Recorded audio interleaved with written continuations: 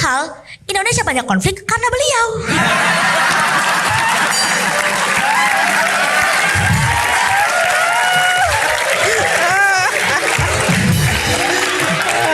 Tapi saya ngefans idola banget sama Pak Fadlizon. Saking ngefansnya, saya sampai kepoin tuh Twitter beliau. Ih, keren banget.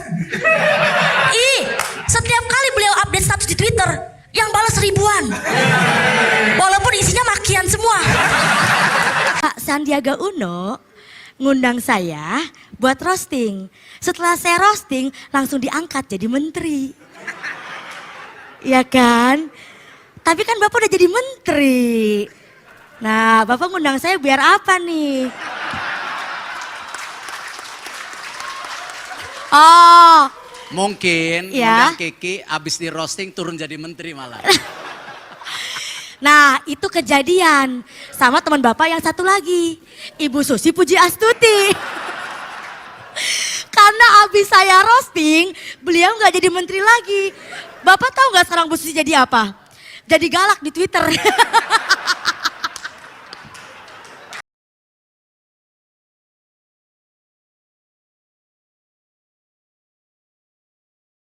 Sudah mendengarkan talk show dengan tema peran penting diplomasi parlemen dalam posisi Indonesia sebagai negara non-blok dan bebas aktif. Widih. Apakah kalian paham?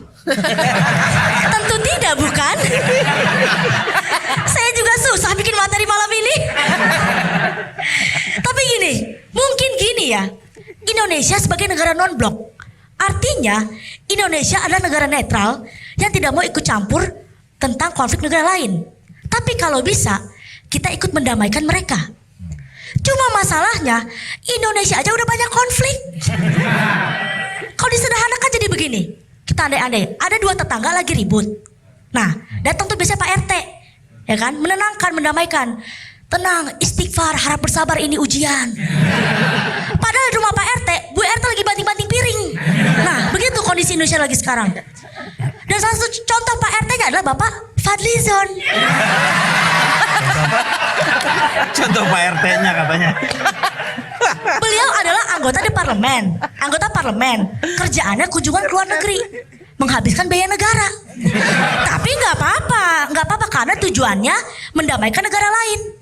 Padahal Indonesia banyak konflik karena beliau.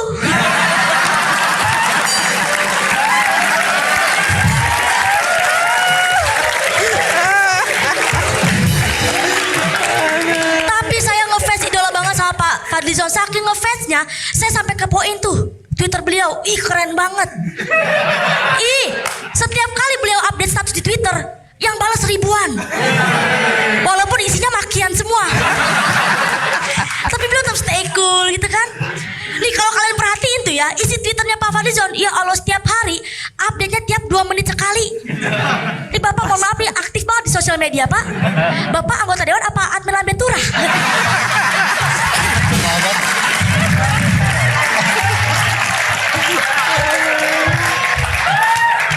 Saya tuh cuma mikir aja gitu Pak. Ini Bapak kerjaannya ngapain kalau nge-tweet mulu?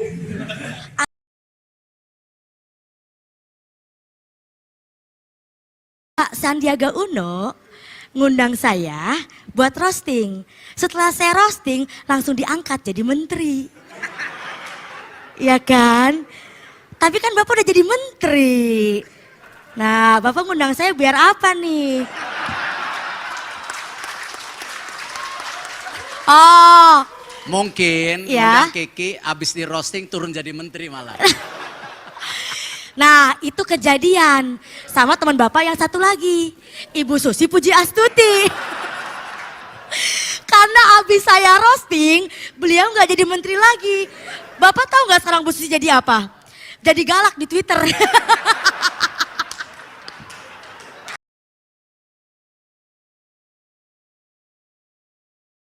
Halo Bapak Sandi. Halo Kiki, makasih banget udah datang ke sini. Sama-sama Pak, sebuah kehormatan bagi saya seorang Kiki Saputri, manusia biasa Pak, bisa datang ke podcast Bapak gitu ya.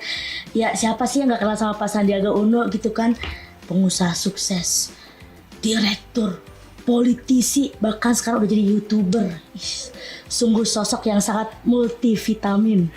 Multi talenta dong, multi talenta maksudnya komedi.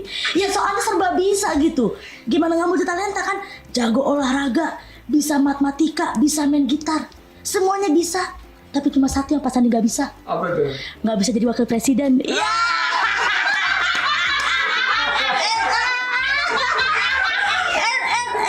Santai, itu kan periode kemarin. Periode kemarin. Masih ada periode berikutnya. Gitu ya? Tenang, masih ada kesempatan buat Bapak gagal 2 kali.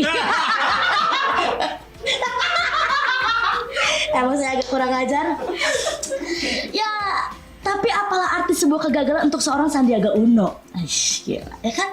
Ya soalnya walaupun gagal kemarin, tapi sekarang tetap kaya raya gitu, duitnya nggak berseri. Kita lihat aja tuh, masih sukses, duitnya masih banyak, kerjaan masih ada.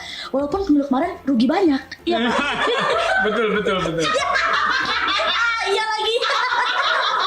Tapi banyak orang yang nggak tahu ya Pak, bahwa kesuksesan Pak Sandi ini kan nggak ujuk-ujuk aja gitu datangnya, nggak langsung kaya raya, nggak langsung sukses gitu.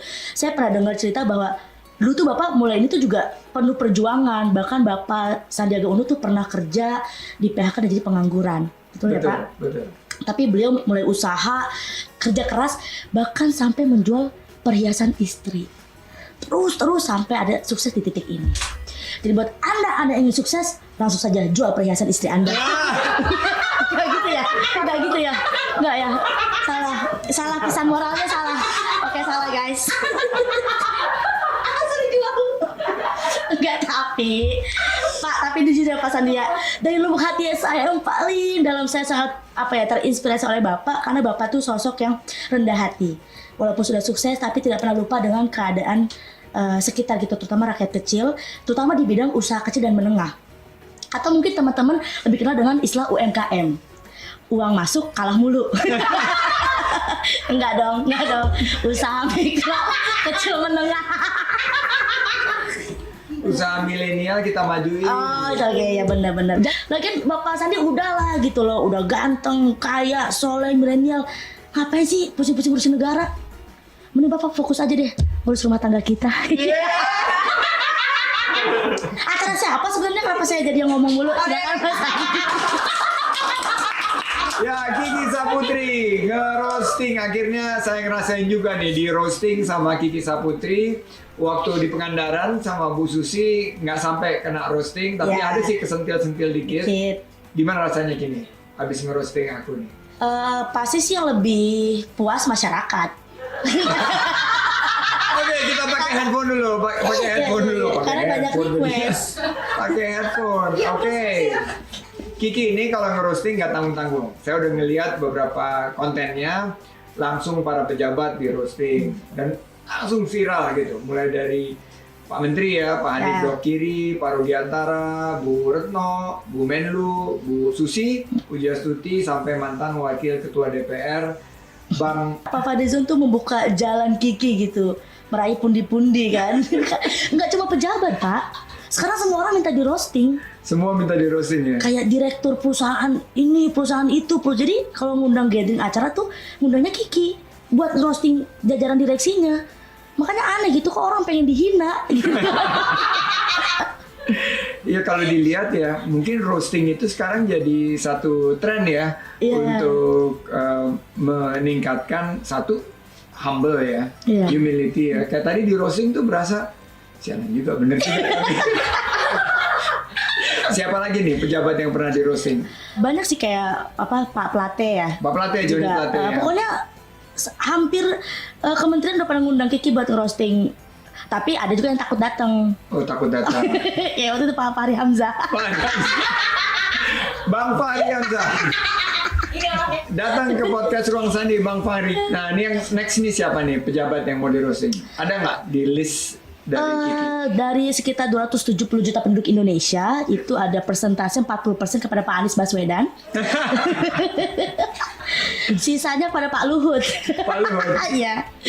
Ya sama Pak Prabowo lah. Pak Prabowo ya. Challenge roasting orang nomor 1 di Indonesia, Pak Jokowi.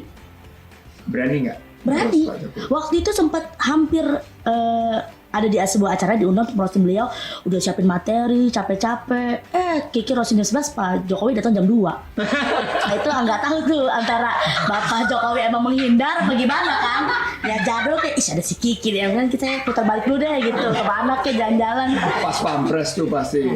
Kayaknya tuh Pampres masih kali itu. bocoran tuh. Protokol nggak boleh ngerosting presiden gitu.